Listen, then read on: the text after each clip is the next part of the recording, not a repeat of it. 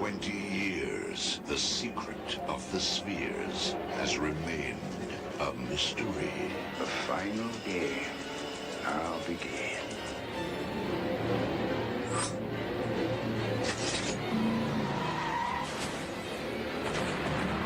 The sci-fi horror thriller with balls. Phantasm 4.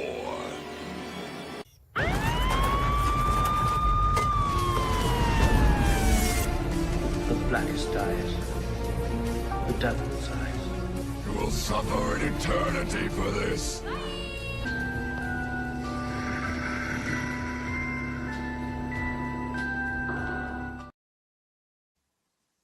What is up, everybody? Welcome back to another 0-Point Reviews with Kevin and Jeff, as always. And yes, we are getting into Don Coscarelli's Phantasm 4, baby. And we got Chad joining us. He's one of our regulars on our Saturday night live stream, Steadwire Live. How you doing, Chad? Not bad. Not bad at all. Get to hang out with you guys, talk about whatever the hell this was. We'll be seeing that probably next week, especially when we are going to be covering Ravager. So, Ooh, we did make that decision. yes, we did. Yeah, So, just for us, not everybody on the schedule. We're going to make it all work. We're still going to get to Tremors here and whatnot. So, just rip the Band-Aid off and finish it so we don't have to do it again. pretty much. Speaking of Tremors, I need to tell Levi that she needs to, or that she can come stay at my house that weekend. She's going to come stay with me in June. We're going to go to Astoria for the Short Circuit Convention. Oh, fun. Skeeter wants to go with us, but he can't because he's got to work. But Steve and Brent are going to be there from Stampede. Cool. So I was like, fuck yeah, I'm going to go. Oh, and Tim Blaney too, who's Johnny Five. But Tim, I know Tim through Mystery Science Theater, so I'm like, oh shit, Tim's going to be there. Yes, I got to go. But then I found out that Steve's going to be there, so I was like, well, shit, if Steve's going to be there, Levi's got to come out too. Yeah. So yeah, I get to host Levi that weekend. Fun. Oh, there you go. That Yes. should be a good fun time. And Yes. pardon the little distraction. I have my little German Shepherd puppy I just got on Sunday. He is joining me in this room because our other dog underwent a little bit of surgery today, and he is being a pest to Big Sister. So Come play with me. He's being a puppy. Yep. He wants to take care of Big Sister, and it's like, no, you can hang out with me. So you might hear a little whimpering in here, but there's going to be probably some whimpering as we talk about Phantasm 4 Oblivion here. And Chad, as we do with all of our guests, what is your first memory of this, or was this your first time watching Phantasm Oblivion? This was my first time watching Phantasm 4. I think I got halfway through the first one, and it just was like, what the actual hell am I trying to put myself through? And I wasn't feeling quite so what's the word I'm looking for, masochistic that night. I turned it off, and so I went back through everything so I could at least be kind of up to snuff on Phantasm 4, and then after watching it, turns out I didn't even need to do that. They do actually a really good job of recapping everything in each of the films. Well, this movie, I mean, one of the notes I made is it kind of felt like a feature-length long flashback scene. Yes. It's like it spent more time recapping what happened in previous movies than it did talking about what was actually happening in this one. And your pup agrees with me. Yeah. Oh, don't bring him into this. No, He he's an don't innocent. know. He's an innocent. We're not going to torture the poor boy. Yeah. Oh, getting ready to conk out. Hey, all right. Putting everybody to sleep. He's new here, but fits right in. Yes. Yes, he does. And Kevin, how about you? This is the first time on me. This came out the year I graduated high school, so the fact that I didn't know that Phantasm 4 existed was kind of a surprise to me, because you would figure, like me of all people, would be hip to horror films coming out around that time, especially after Event Horizon came out and was a huge success. Well, for me. Yeah. So this was okay. Again, I hadn't seen part 3 until last week, so I didn't feel like I'd been missing out all this time. So it felt okay. I didn't have as much of a shock to it because I've been binging it in the last month or so. The franchise, I mean. Oh yeah, I mean that's the way the franchise tends to go. And to Chad's point from just a moment ago, yeah, like they recap and they make use of a lot of scenes from previous movies because such low budget, you got to find a way to explain things, especially with scenes that were cut out of Phantasm 1 to the Yep. tune of, I think the original cut, if I remember right, was well over 3 hours. Yeah. Yikes. So there was So- a lot of material they had to use Yep. that kind of filled in gaps of why Mike is young here and old there, and they make shit work. Or they kind of filmed around it for this one, I think. Yep, especially with a lot of the deleted footage that has never been seen before. So It was a lot like the way Disney does not post credit, but post filming scenes. Like, oh, we need to do reshoots. Film this. Make it do that. Make the movie go this direction. Reshoot it. But I didn't dislike it, though. I will say that. yeah. As far as like I go with first time, I've been a fan of this franchise for a very long time. I find it to be very cerebral. The second one is actually what got me into horror movies. So I'm never gonna bag on Phantasm too bad, or I never would have gotten into horror movies otherwise. It's not to say I couldn't eventually have gotten there, but it was my dad showing me Phantasm 2 and then Phantasm 1 that won me over. And I always have a sweet spot for part 3, but it is definitely a lesser sequel. And but they brought the original cast back and they did the same thing in this one as well. So yeah, when I saw this for the first time, it was basically, on video right away from MGM, from DVD. So, and I actually still have that. Oh, hope you got that wet. But I also had the Anchor Bay version as well. So Oh, cool. it's double packed. I put like both of them in here. So, and cover art's cool as hell. I know some people are like, well, judge a book by its cover. Please don't do that. I think the art is always super cool on this. But first time I saw this one, I enjoyed it enough to that whenever I watch them, I watch all 4, but I skipped the 5th one. That could always be said about every final installment of a franchise. Like, you should have just left it with the one before. This sucked.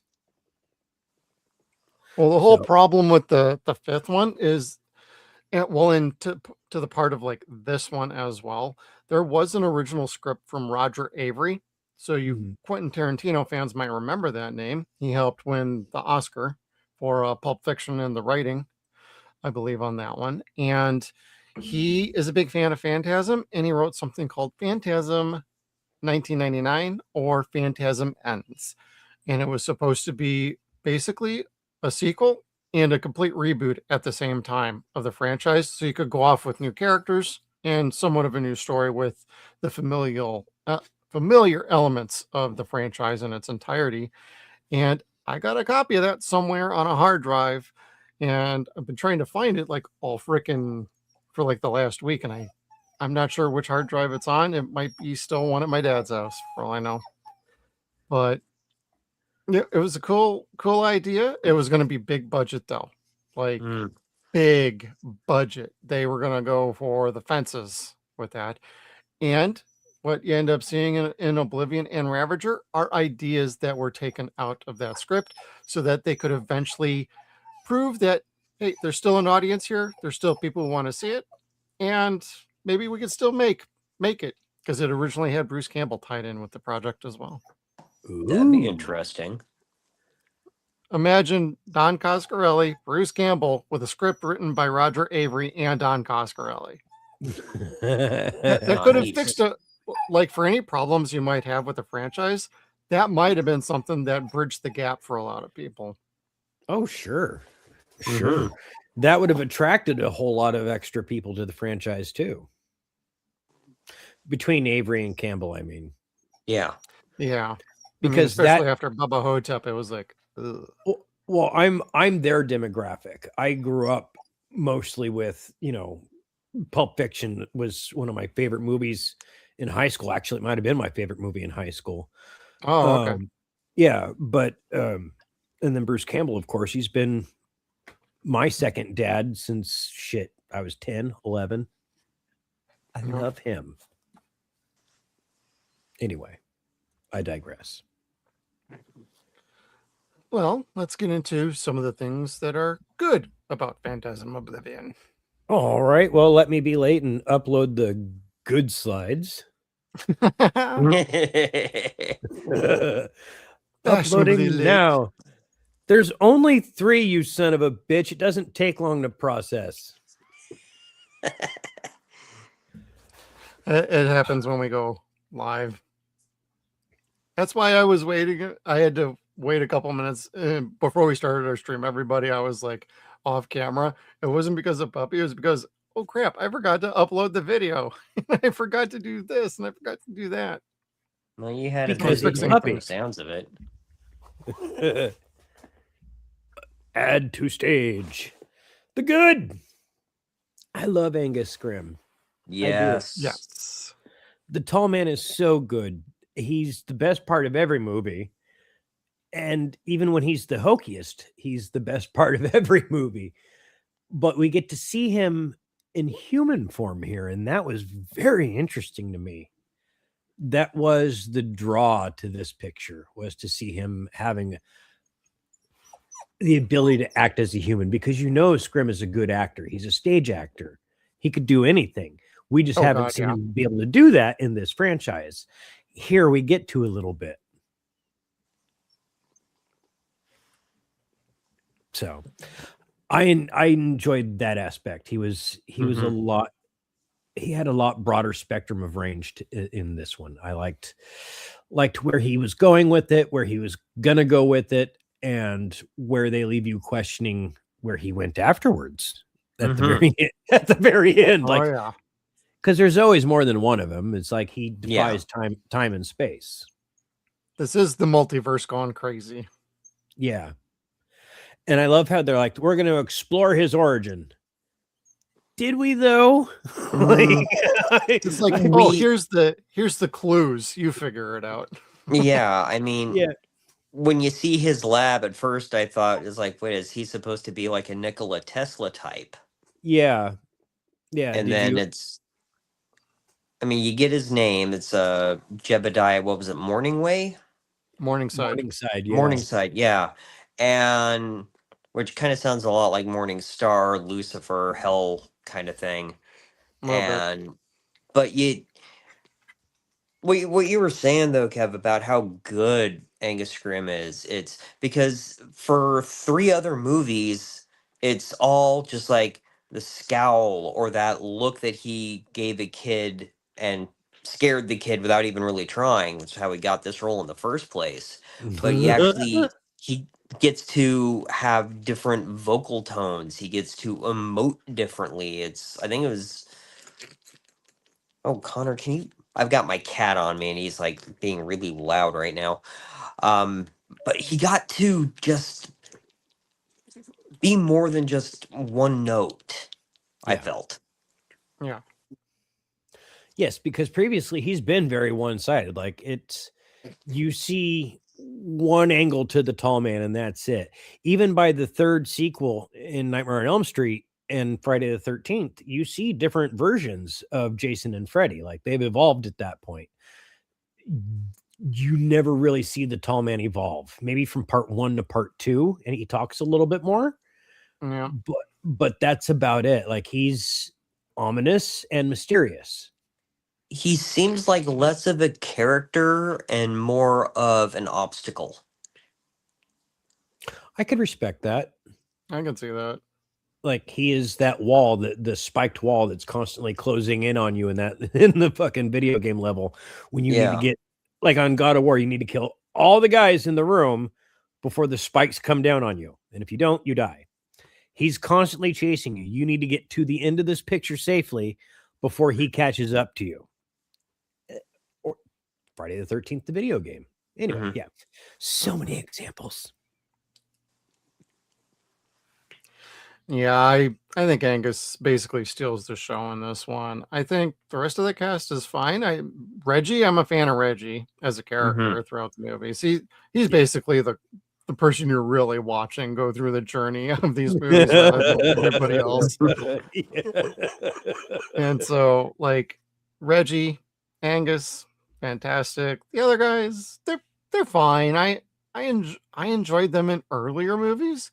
These just felt like we're just hanging out and having fun. And there's nothing wrong with that. It just feels like you're taking a little bit of the teeth out of the horror aspects of this franchise because of all of them. This one is so light on the horror. It's like, what is going on here? Quit trying to go a little bit soft on the mainstream. And don't get me wrong, the girl with the boob spheres, I'm sure Kevin got a kick out of that thing. And it looked like his usual glory hole business that he usually runs into. But, other than that, there in the Hell Cop, that's it.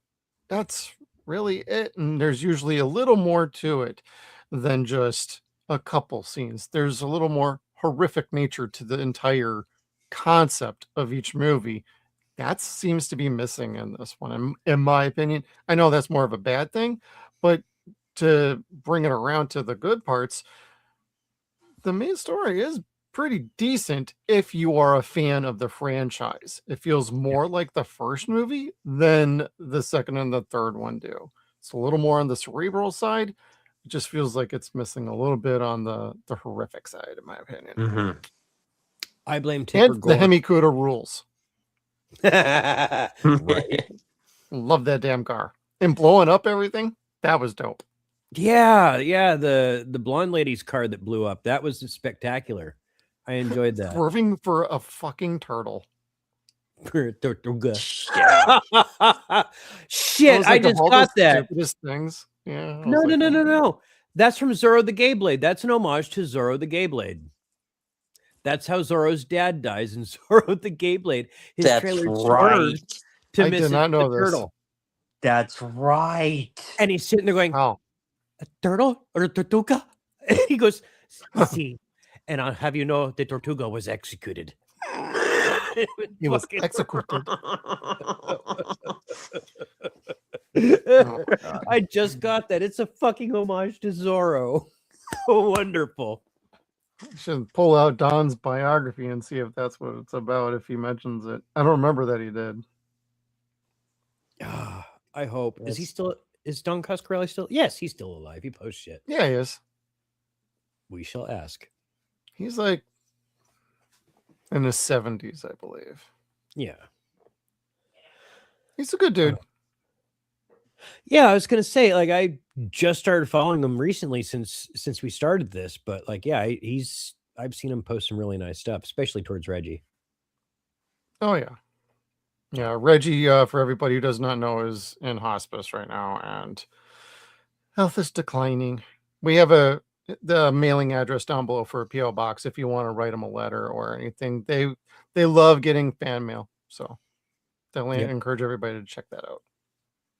Yeah, love goes a little bit of love goes a long way, y'all. Yes, it really does. And really, there is no more loving of a community, save maybe Misty's, than the horror community. And I'd say that's one and the same. Misty's are part of that community because so many of the horror films are in Mystery Science Theater, but horror film fanatics are very loving and caring people. They're very giving people. They're the polar opposite of what the Satanic Panic parents described us of what we were going to be. So true. You go to a horror convention and there are no sickos waiting to like bang you in the fucking bathroom. They're waiting to like ask for help putting makeup on or costumes or whatever else, or to take a picture with you.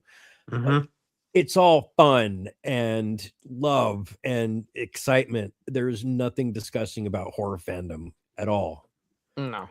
except for maybe the schmoes that like. Anyway, yeah. Yeah. I don't like recasting. I don't either, but we've got to deal with it. So shut up. This is true. I mean, I saw this firsthand at the Creep Econ in Ontario a couple of weeks back, and I was going to see Dana and Ray and Ted Raimi. Well, I wasn't expecting to see Ted there. When I saw him there, I'm like, sure, why not? But I saw enough people walking around. There were some handicapped people, and other random people were just offering to help. Hey, what do you need? What can we do to help? Hey, you want to cut in front of me in line, please? It was like, Yeah. This is what I'm talking about. So good on people and good on horror fans. Hell yeah. I'm serious, and I mean no disrespect when I say this because I'm part of y'all, but nerds are the fucking best. They truly are. Like, you will not get that kind of compassion and love out of jocks. No.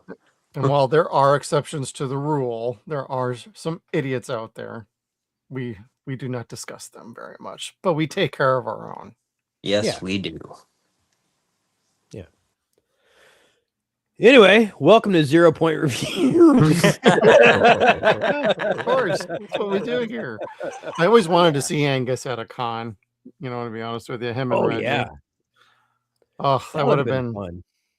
That would have been holy grail for me. So. Yeah, the closest I've been to seeing anything like that, I get, well, I've seen a few people at cons where I just like my knees turned to jelly when I got near them. That was like Stan Lee. Oh yeah. Yeah. I was like that with Nichelle Nichols. Yes, that's another person. I got about 15 feet away from her and my knees started to buckle because she's so beautiful. I've never seen someone in general as beautiful as Nichelle Nichols is, but someone of that age remaining as naturally beautiful as Nichelle Nichols was phenomenal. Like she was an absolute angel in human form. Again, when I saw her is when she was really declining, but she still had that gravitas. Yes. Oh yeah. She was a queen. She was very much a queen. You know, the same way that Alison Seeley Smith is a queen. She's regal. Classy. Yes. That's what I have heard. Oh yeah. Yeah. First person I ever got starstruck by was, Kevin's gonna laugh at me, but Bruce Campbell. I'm like, I'll be fine walking up to him. The second I get in front of him, I'm like, hi, Mr. Campbell. Would you please sign my Pitfall, the Mayan Adventure, and Bubba Hotep, please? And he's like, relax, kid. And I'm like, thank you. After that, I was fine, but for that first like 40 seconds, but for females, Gigi Edgley walked up to her. It was a little bit of the same thing, and she's like, relax, smacked me on the arm. I'm like, okay, I'm fine. Okay. So hot. Oh yes, should have smacked something else. Most people are saying, yeah, right across your face. Yeah, some people are into work that too. We're not here to kink shame. No. We didn't have too many females in this movie this time around. We only had Jen. Yeah. Yeah, and she was really kind of underutilized. Very underutilized. She shows up and like 10 minutes later she's dead. Yeah, which is okay, I guess, because her character's not all that important. Or I don't know, the last chick in the last movie, I can't remember her name, the chick with the flat top. She was pretty awesome. Rosie? Oh, Rocky, the Rocky. character. Yeah. She was dope. I liked her. I don't know so much about this one. She wasn't written as well. Yeah, neither was like the cop who turned into Hell Cop. No. This is where you probably get your Hellraiser reference, Kevin. Where they rip the skin off the guy's face. Oh, maybe so, huh? And then the Hell Cop, he kind of looked like something straight out of Hellraiser. Yeah, he did. He did look like a Cenobite. Yeah. And then the balls are a little bit more transformative now. And they're a little bit more like the flesh hooks from Hellraiser. So yeah, again, I could see that again.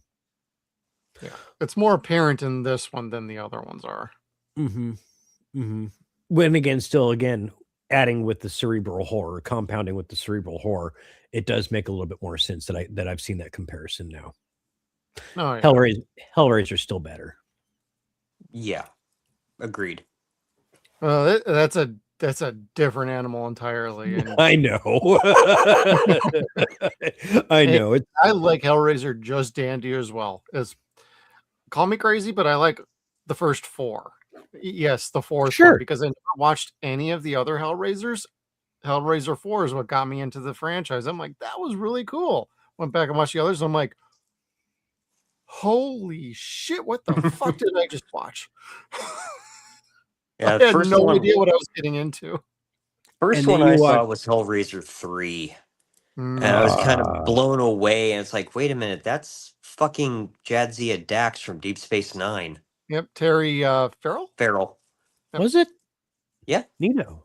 Yeah. Actually, I talked to her about that at a convention once. And she's like, you are the first person who has ever brought that up. She was probably thankful it wasn't about Star Trek again. Well, I mean, she was doing a Q&A with fans, so most of it was about Star Trek. Unlike when I saw LeVar Burton and 99% was about Reading Rainbow. Yeah, I'm sorry. I have And a thing. You knew that. You could tell he was loving all the feedback about Reading Rainbow because that was like his passion project. Oh, sure. Sure. He's always loved that. You know, he has every single right to be proud of that. He took an entire generation and made them feel good about learning. Yes. Imagine Angus Scrimm leading and hosting Reading Rainbow. Have you read today, boy? So when every time he said boy, I'm like, is that where God of War got that from? Probably. I swear to God, that was the first thing. It's like, wait, is he trying to be Kratos, or is Kratos trying to be him? Yes. Well, a lot of the people that worked on God of War are horror and fantasy fans, so I would not be surprised by an homage like that. Yeah. I mean, it's simple. I still hear the boy, girl, hey. Well, eventually they'd turn like the boy into a meme. It's like, you play a good Game Boy, and then somebody would throw up a Game Boy. Fun. Had not even thought about that. Oh, that's been around for a few years. Must be the Rocky Horror crowd. Must be. Rice. Throw up rice. Anyway. The other thing I like about Phantasm Oblivion is the music. I think it's pretty subdued and fairly effective. Not so much in haunting or chilling or anything, but enough to keep the movie moving along with its pacing. But I'll save the other thing for the bad, because I think the lack of Foley effects kind of hurt the movie too. Yeah, that was in my notes. Was there a lack of Foley effects? I remember hearing some really weird shit at certain points, like where they're in the one dimension and he's hearing the ball, or he's hearing Reggie fighting the ball back in their dimension.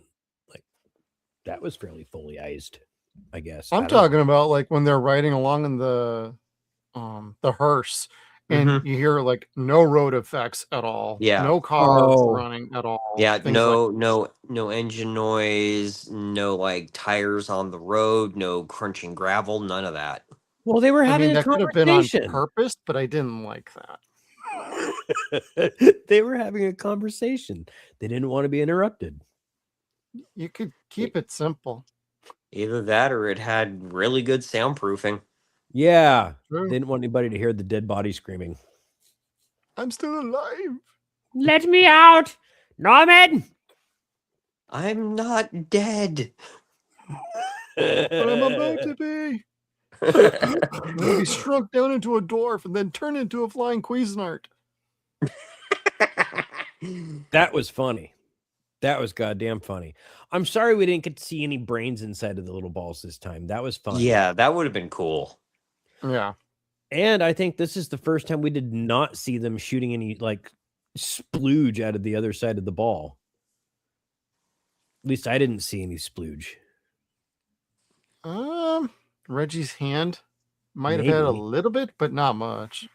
I mean, I think the most of like the explosive fluids was when Reggie shot the Cenobite cop through the roof of the police That car. was funny. Blow me. And he's jerking off the shotgun, like, and then Yep. he shoots it off. Fucking Reggie's, his one-liners are just fantastic. That's why I think him and Bruce would have had a field That day would've in a been- freaking movie. They could have had a quip off. God, yeah. Yeah, hamming it up, because Bruce hams it really well. Yes, he does. And I say that with love and admiration. He's everything I want to be. Well, unless you guys got anything else good about Oblivion, we can roll it on into the not so good. The bad. Oh, all Yeah, right. there you go, Jeff. And I didn't even have to blur it out this week. Nope. Not perky enough for Kevin. My problem is, okay, again, I have sensitive teeth. Anyway, so Well, like you just that's- pop them out. You could still suckle right at that thing. Just lips on. I guess so. I could, but like I don't know. There's nothing to attach onto. You'd have to use your lips for suction, like a vacuum cleaner. Hey, well, if you freeze them like they do in A Christmas Story, you can get your Oh! lips stuck to them. Good idea. Then they might be a little more perky. Ah, Nipply in here. yep. Not bad. Oh, you could even put your drink on them too, Yeah. because soda cans got the Chilled. little bubble on the bottom for. Anyway, yeah. 0 point, everybody. The best I'll give it is gosh, look how human and realistic that skin looks. It's awful. So awful. You can see the separation Yeah. at the neck and everything. Yeah. But again, it's cool. It's Great idea. It's fun. It's different. It makes sense. Like, why not do that? Like, it's a no-brainer. No pun intended. So I wasn't offended by this at all. I just I wanted to get this picture on the show. I am not surprised. Yeah. Sorry. You had to get both hands on that. So I mean, the bad for this for me is, to Chad's point, this is a very long flashback movie. But like we mentioned, what they did is they took product that they already had and rearranged it to make another picture to make money for nothing. Shit for free. I can't turn my nose at that. Is that like, does that make the best movie? No, but I guess it makes the best profit. And considering they only do this once every 10 years, not so bad. Hanging out with your buddies, having a few drinks. Playing You guitar. make an interesting enough movie and story. Yeah. So, I mean, it's... You're going to do that with the Goonies too, so why not? Oh God, we don't need another Goonies. The bad for me really is like Chad said, nothing happens a whole lot because you get so much flashback. There's not a lot of plot progression in this movie. There, even when you're going to do his origins, you don't see a whole lot of that because you're looking at Mike looking down at Jody's grave or Jody's car exploding for the fourth time in the picture already. They reuse the stock footage more than they needed to. Like, you can make a movie out of stock footage. We've seen that all the time in Mystery Science Theater. But Oh yeah. but you don't need to use the same stock footage multiple times in the same movie. When you're selling it as the same scene. Like, I don't know. It just seemed excessive to me. Previously on, that's like a TV show style. Well, sure. And that's okay. But then they use it going throughout the film. Yep. Like Mike's Dream. Mike's Dream is a flashback of Angus hanging in the tree, and he's a kid and got to cut him down. And you can see why they cut that out of the movie to begin with. I can't. It looked cool. There were, to your point, Kevin, when you're talking about the disparate parts of the film, it felt like at points it was almost like 3 different movies in a trench coat. Kind Because of. you had Mike's story, you had Reggie's story, then you had the flashbacks, which were their own story. Yeah. And you want to follow each one individually, but then there's not enough room. Right. There's not. And it's hard to say what Phantasm is about. Is it about Reggie? Is it about Mike? Is it about the tall man? It's about each and every single one of those, and they're all together, but sometimes not at all. Sometimes they're quite separated. And when they're separated is when the movie gets a little convoluted because it's so short and limited in its budget. Like, if it was longer and had a broader scope, I guess maybe it would work out better. But when they get spread apart like that, and it's just Reggie by himself throughout, the entire film, you're just kind of like, okay, when are they going to find each other? It was too long. I don't know.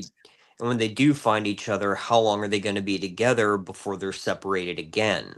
Moments. Well, by my watch, this was a record. This was literally like 1 minute. Like, then going back to what you were saying about, like, the tall man's origin story, that really wasn't, because you see Jebediah go through the forks, which look like something out of like Young Frankenstein. And then when he comes back, he's in a different suit. His entire demeanor is different. Okay, where did he go? What happened to him? And he's got the ball. Yeah, he's got the ball. There's just, okay, so Jebediah is dead now. Was he copied? Is this like an invasion of the body snatchers type situation? Okay, we see at least what the tall man's appearance came from, but what the fuck happened when he went through the forks? Yep. And when they don't explain things, that leaves me frustrated. Like The Ring totally fucking frustrated me. Like, there is no explanation as to why I'm supposed to be afraid of that trick. So I wasn't afraid of her. This didn't bother me in that regard. Like, it explains it to a point, but not show it. And it leaves some to the imagination. And that works for me. Like, imagination should be present in horror films. Like, if you can't, it should let you put 2 and 2 together in some regard, or leave you wondering. Let your imagination do a little bit of work. But then other times they just leave loopholes. So it's give or take. I agree with Kevin on that point entirely. Like, I like the ideas and I like the imagination to it. I'm trying to fill in your own plot holes. But then you run into legit plot holes and it's like, man, is this just kind of lazy or what's going on here? Yeah, like ambiguous endings are not my favorite movies. The Gray, or Wolf Punchers, I like to call it. Great fucking ending. If they would have just like panned it back out and just shown him fucking like flick those things off of his wrist and be like, fucking mutt. That's all they would have needed, was 2 extra seconds. But no, they just left it all ambiguous. Like, he probably died, but you don't get to see it. Well, you'll see a little bit of that in part 5, but Mike probably died, but you don't get to see it. Well, the implication for what the story is doing is kind of like, I'm not a fan. And I know that wasn't exactly Don's idea. That was the gentleman who was the director on that one. It was more his idea, and Don gave him permission to go ahead. You can do this. It's like, bro, I strongly disagree with letting somebody direct your baby of a franchise. Like, you noped out and you're okay with what this guy did? Mm-mm. That one will make this one look a lot better in hindsight. Oh, hey. I don't like hating on movies, but like, No, Ravager gets me there because I actually like this movie. Well, that's how I feel despite about its flaws.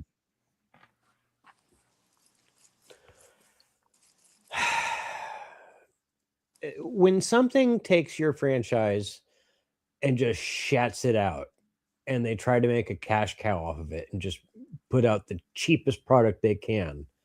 Ooh, Star Trek time. Well, sometimes. Kurtzman. Thank you, Kurtzman. I don't know.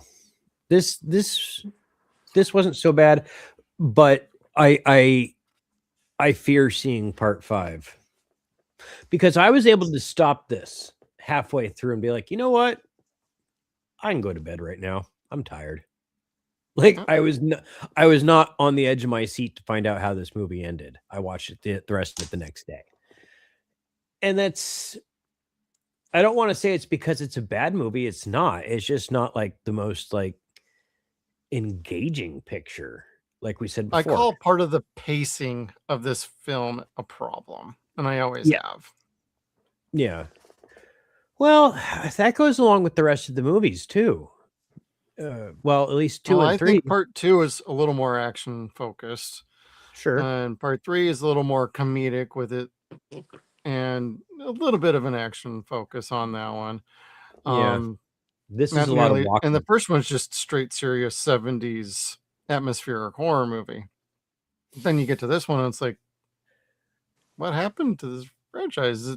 You got elements of each of them, but not one coherent put together film where it might have its own identity, but it doesn't. Was this even rated R? This did not go in theaters. This was a directed video. Oh, that's why the commercial at the beginning was for the DVD. There was no theatrical run. Interesting. And now it did later appear on like Sci-Fi Channel, but that's not saying much. So did. And that's not a knock on the movie. That's a knock on Sci-Fi Channel. Yeah, I know. Fucking asylum movies, trash. Yeah.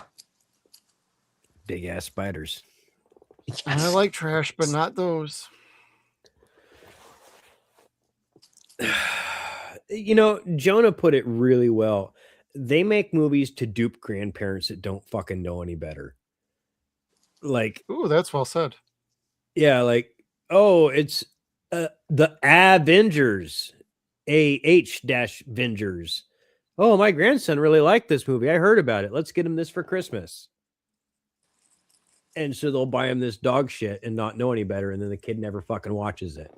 Or worse off, ends up watching it and fucking gets turned off to the actual franchise that he wanted to see. Yeah. Like Atlantic Rim. Oh, hey, it's the sequel to Pacific Rim. Transmogrifiers. Oh my god, yeah, that too. Oh, fucking Atlantic Rim. That movie's awful. Yeah. It's Optimus Subprime. That's my favorite riff on that one. Oh, that's good. I watched that for the music. Bees made some amazing props in that episode. God, what was it? Getting Your Mech and Ride? Yeah. Was that the name of the song? I think so. Fucking it's been a while since I've watched that. Yeah, but to have Gypsy with their little head and a mech body just fucking killed me. Anyway, I digress again. Notice we do that to protect ourselves when we watch bad movies. Indeed. I'm looking down at the boobies again. I'm sorry. We Eyes knew. up here, Kevin. No, they're not. They're down there. On the golden spheres. The golden spheres. Oh, that's right. We get into the hierarchy of them next movie, don't we? A little bit. Good times, good times. So with this movie, though, to response to your question of where did the rest of the elements of this picture go, it's because of the 90s was a sham, dude. It was a lot of fun, but it was a big sham. Nothing was really that extreme. Sure, people were hurting themselves on TV for money. That was great. But the way that, without getting too political, the way that Tipper Gore had the censorship cranked up on everything throughout the 90s was ridiculous.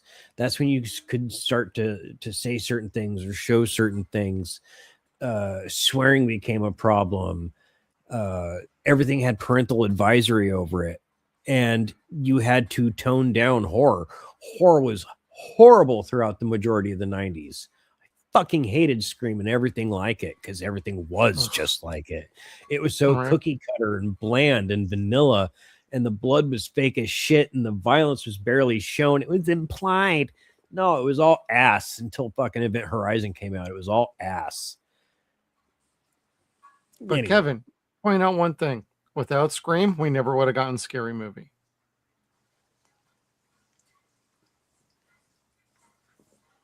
Fuck. Which, part 6, everybody. They would have done something cool. They would have done something cool. Don't be a menace while drinking juice in the hood, part 2. Oh my God, if only. They said they're working on another White Chicks movie too. That's unnecessary, but whatever. Just call it the Karening. The Karen. Oh my God. That would be amazing. All right, quick, Jeff, you need to copyright that. I know, probably. I want to see Marlon as a fucking white Karen start calling the cops on somebody in a park. Because they're Asian or something. And they speak perfect English. What are you calling on me for? I was born in Chicago. My father was born in Detroit. Oh, they got to bring out the big family tree that goes back like 100 years. Yeah, but Karen don't give a shit. Nope. Exactly. She don't give a shit. You're not from here. I am. People. We're digressing a lot. So anyway. All right. Was there anything else bad that you had for this movie, Jeff? No, it is a step down. I still enjoy the movie, and I do feel like it fits the narrative. I mean, this is more of a final judgment. No, I don't got anything more bad to say. All right, then I will give us 2 final judgment. You know, golly, I didn't dislike this guy as much as you guys did. I thought he was kind of cool. No, this was cool. But he kept coming like a Michael Myers. He reminded me of the cop that oh God, I can't think of her name. The young woman with the Uzi in Night of the Comet. Kelly or yes, Catherine? Kelly, where Kelly. where she had to basically fight this asshole in the bathroom when she's like trying to be topless and all like scantily clad and shit. Oh, yeah. She fought a dude that looked like this. Anyway, it reminded me of that, but this was okay. You're right. He does look a bit more like a Cenobite, and he was as juggernautish as a Cenobite would be, as I I guess for lack of a better term, like he'd be beaten upside the face in the head and nothing would stop him. And he folded up the other cop like a fucking pretzel and stuffed him in the back of that car. Kill me, kill me. So that was one of the more exciting parts, I think, for me. But this movie had a few moments that are really worth watching. They have two characters it's extremely worth watching. That's Reggie and the tall man. Reggie putting the ice cream man suit back on was stupid as fuck, but cute as fuck all at the same time. Like, it's honestly, what came to my mind was the ice cream man cometh. Yeah. Yep. I actually had to write that down. Yeah, like it was kind of cool. He just kind of reverted back to what he knew. That's okay. And I've got nothing against it was the tongue in cheek, absurd. and I liked that. I did. Yeah, I've got nothing against the Yes. absurd in films. I mean, I love Buckaroo Banzai, and that entire movie is absurd. So Dr. having Big Reggie, Big Booty, but having him just go back to like you said, Kev, what he knew. I mean, just putting just being meticulous with his bow tie, and I'm like, okay, this is dumb as shit, but shit's about to get real. And I bet you could have put a level across that motherfucker and it was straight. It was so straight. And even the tall man goes, ice cream man. Like he was addressing his arch nemesis superhero. Well, yeah, right? Like, I know you. Like, you've been a pain in my ass for God knows how long now. I'll break you like a popsicle stick. And he's shot and destroyed the tall man a few cool ways, especially with the shotgun, the side by sides. Oh yeah, the 4-barrel. Yeah. Now, love that gun. What did bug me though is you had when you had Mike building his own sphere, and there was a little bit of a build up to it, but it didn't really do much. It kind of felt like the glaive from Crawl. I mean, there was all this build up around it, and they didn't give it its moment. No, they really didn't. Not compared to the previous movies. Like, you'd seen him in the last movie shoot it straight up in the air, and like you see 2 or 3 of the dwarves fall out of a tree above. That him. was so fun. Yeah, and like that was pretty cool. You didn't really see him do that much here. He doesn't get he holds it, but he doesn't get to cause as much havoc with it in this movie as he does in the previous 2. Yeah, 2. Yep. So, but my final judgment of this is I like this as another installment to the franchise. I don't think it would have been a good ending because, again, Mike's left sitting there with a big hole in his head, and Reggie being, "I'll be right back. I'm going to go fix you in the past," or another version of you. It's very obscure. Nothing gets resolved. You have more questions than what you went in with. And knowing now that we're not going to get any of the answers to those questions, I'm kind of like, But this was okay. It wasn't the worst thing I've ever seen by far. But it just wasn't nearly as good as part 2 and 3. It was okay. It was satisfying. For a score, I'll give this one a 5.3. 5.3. I was entertained, but not a whole lot. And I'm sorry because I wanted to like this more. I'm gonna have to go lower. I'm gonna do like a 4, and For so Phantasm 4. 4 for 4.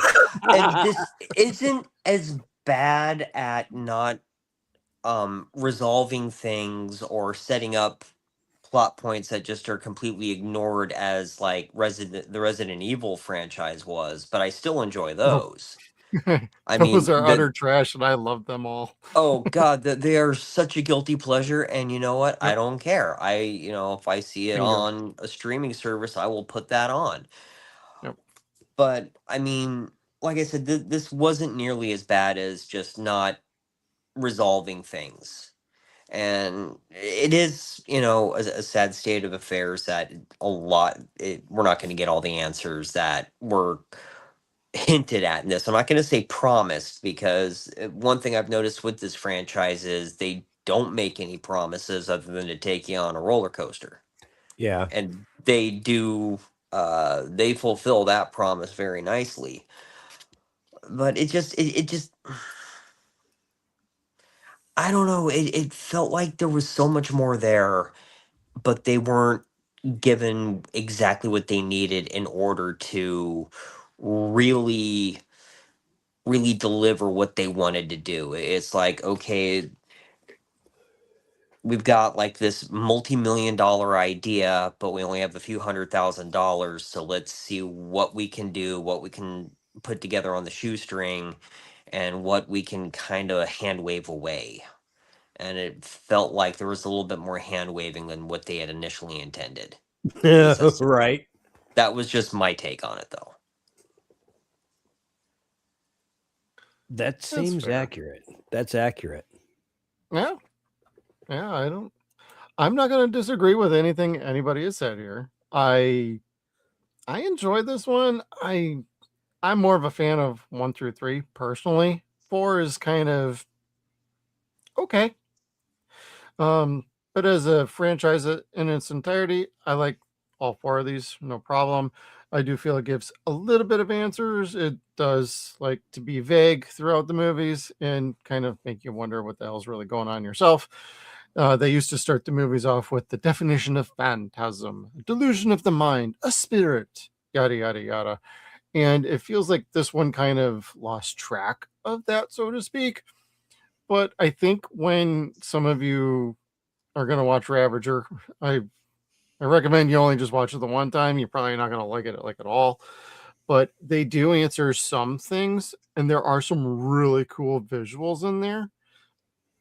But it's not enough to make up for overall what is a real problem script. And it's like they're trying to do too much to make up for what happened in this movie and the previous movies. It's like your Band-Aid fix ain't working. That's why I keep bringing up Ravager. Is like we all see what's going on in all 4 of these movies, and it just doesn't follow through in the end. But that being said, Reggie, Angus Scrim, fantastic. I love the Hemi Cuda. It's one of my favorite dream cars of all time. I got one sitting on a shelf over here behind a bunch of shit. I got to move out of the way eventually. And I'm sorry. Like some of the performances from like the guys who play Mike and Jody are just, they're there. They didn't feel very motivated in this one. I don't know if that was the script. It was not the direction. Don does not have his cast do that. It felt like they were more there to just hang out, have some fun, and that's cool. I get it. There are scenes in their storylines where fine, suddenly your brother's the bad guy and can't trust him, and yeah, they planted the seeds before. I like some of the missing footage from part 1 being included, but to Kevin's point, it plays like a greatest hits of a flashback movie, and that doesn't always make the best movie. So, to be fair, I'm going to give the movie a 6.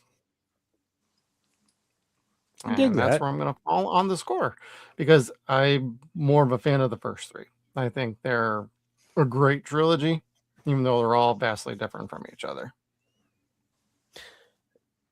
To just point something out, like in respect to making a picture that's made out of stock footage, I love Ed Wood.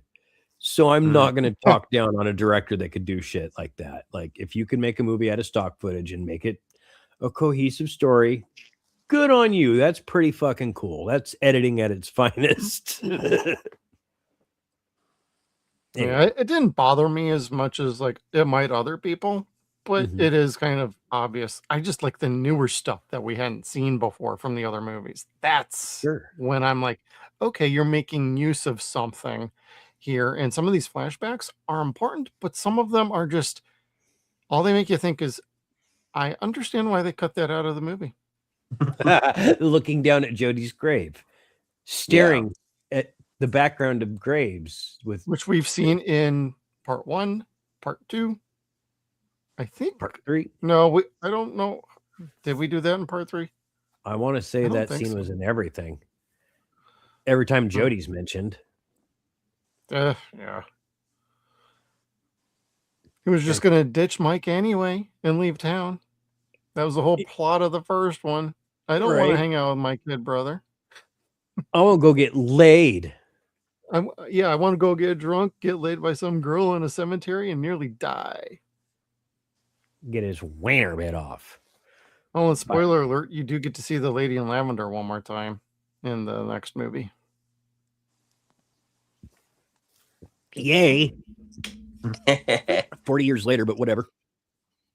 She's 60 now. Yeah. I don't even want to. That's going to make me sound ageist, and I'm not even sorry. Maybe Kevin like older women. No. You know what?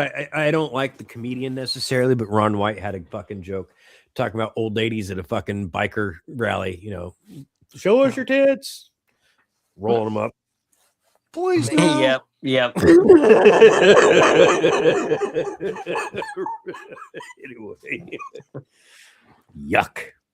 Ugh. Well, is there anything else you guys got to say about Phantasm Oblivion before we say goodnight to everybody?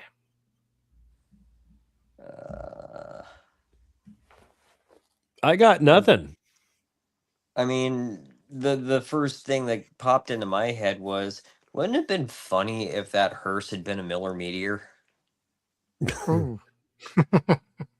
Like, oh hey, it's a fucking ectomobile.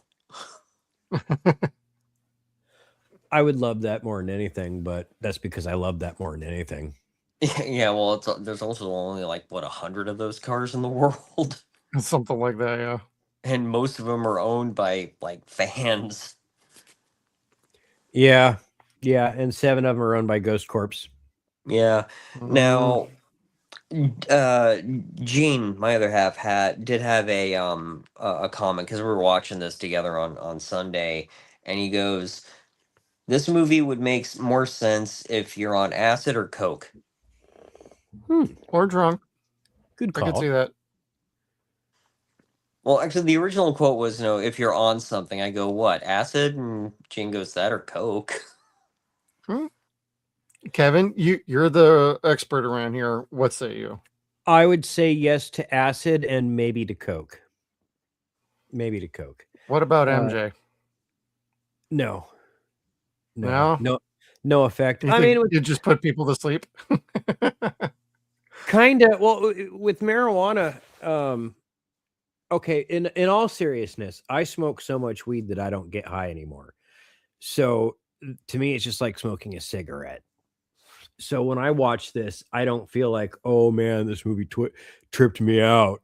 I didn't get that at all. Now I got that a little bit when I was drinking absinthe and watching the first movie 20 years ago, but that I was doing a whole bunch of different things. I think I was also taking amphetamines at the time, or ephedra, whatever it is for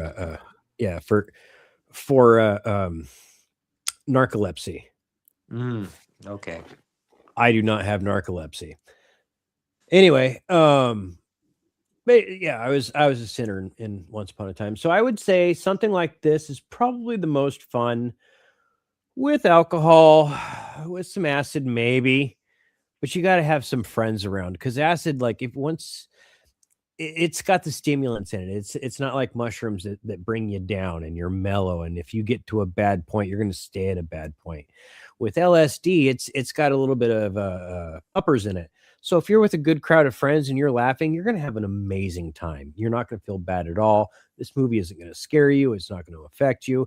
You're just going to laugh. You aren't going to understand what's happening. You aren't going to care what's happening. You're just going to laugh while watching it. So acid, I would say yes. Coke, you might get bored. You'd be sitting there just staring at it very intently. Waiting for DoorDash to show up with your Taco Bell run. No, you wouldn't. You wouldn't be thinking about that at all. You don't want food. You don't want food at all. Cigarettes, sure, but not food. All righty. Everyone at home is watching like, oh my fucking God. Just end it already. Loser! He actually gave instructions on how... He's a professional. I will do drug pairings with movies anytime someone wants to. There you go. There you go. Well, Drug before we head on out, thank you so much for joining us, Chet. That was a lot of fun. Yeah, it And, was. You are more than welcome to come back anytime. If you ever see a movie or you got time in the next few weeks, we got some other ones that'll be maybe a little bit more fun for you. I'm off work until the end of next month because I had surgery on my foot. So you'll probably be seeing more of me around. Cool. But let people know where they can find you if they're interested in checking out cat videos. Yeah, I'm on Threads, Blue Sky, and Instagram. I am at Mr. Peterman, and I'm also with these gents every Saturday night, 9 o'clock Pacific time on Deadwire Live. Hells yeah. And Mr. Kevin. You can find Jeff and Steve here on Thursday nights on the Stargate Files. And then my lazy ass is here every other Friday night on Nostalgia TV and every Tuesday night here on 0.Point Reviews. And thank you all for checking us out. And do us a solid, hit the like button on the way out. Share and subscribe this. We leave our videos up for replay availabilities. So thank you all for tuning in. We'll see you all on the next one. Get out.